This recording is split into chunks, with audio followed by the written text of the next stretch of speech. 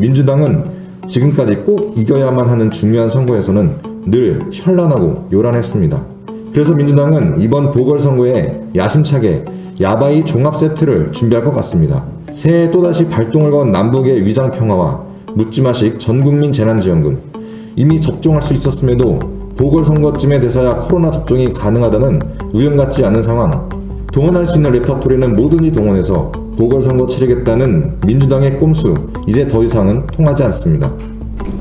3년 전 봄날을 언급하는 김정은이 또다시 대한민국을 농락하려 하고 있습니다.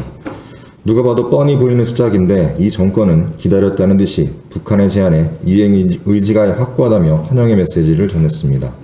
문재인 정부에 묻습니다. 진정 북한 편을 들어야 통일을 이룰 수 있다고 생각합니까?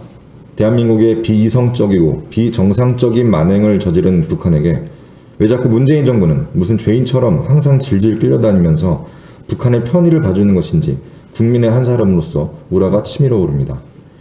북한은 과거부터 지금까지 대한민국의 수많은 불법적인 테러를 자행한 명백한 가해자입니다.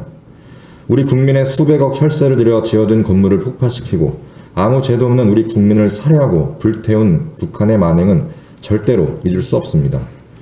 가해자가 오히려 피해자에게 떳떳하게 협상의 기준을 정하는 것도 어이가 없는데 문재인 정부는 진정 북한의 국선 변호인인 것입니까? 정부는 도대체 뭐를 보고 북한의 새해 메시지 환영에 의사를 밝혔는지, 연초부터 미국의 으름장을 놓고 핵 잠수함을 공개한 이 상황에서 그렇다면 문재인 정부는 북한의 핵 포기가 아닌 핵 무장에 적극적으로 찬성하고 있는 것입니까?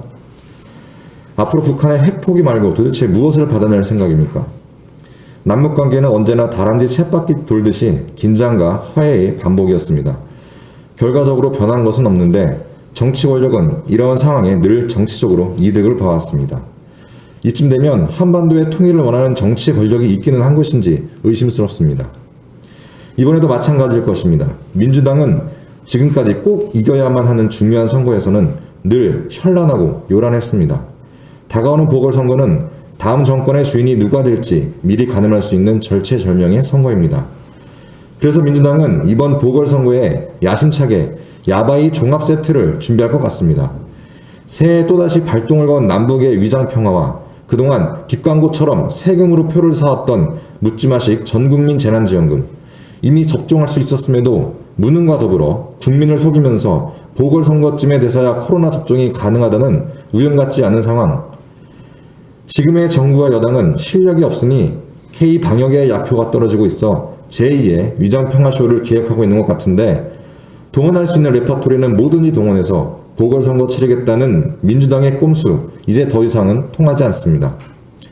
안타깝지만 남북 정상이 3년 전 봄처럼 다시 카메라 앞에서 서로 손잡고 웃는다고 우리 경제가 살아나고 코로나19가 극복이 되지는 않습니다.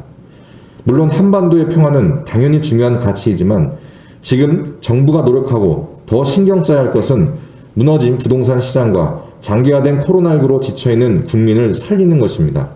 하지만 새해에도 문재인 정부는 전혀 그럴 의지가 보이지 않는 것 같습니다. 2020년은 문재인 정부와 여당의 혹세무민이었다면 2021년은 사필기정, 야당의 결자해지의 해가 될 것입니다.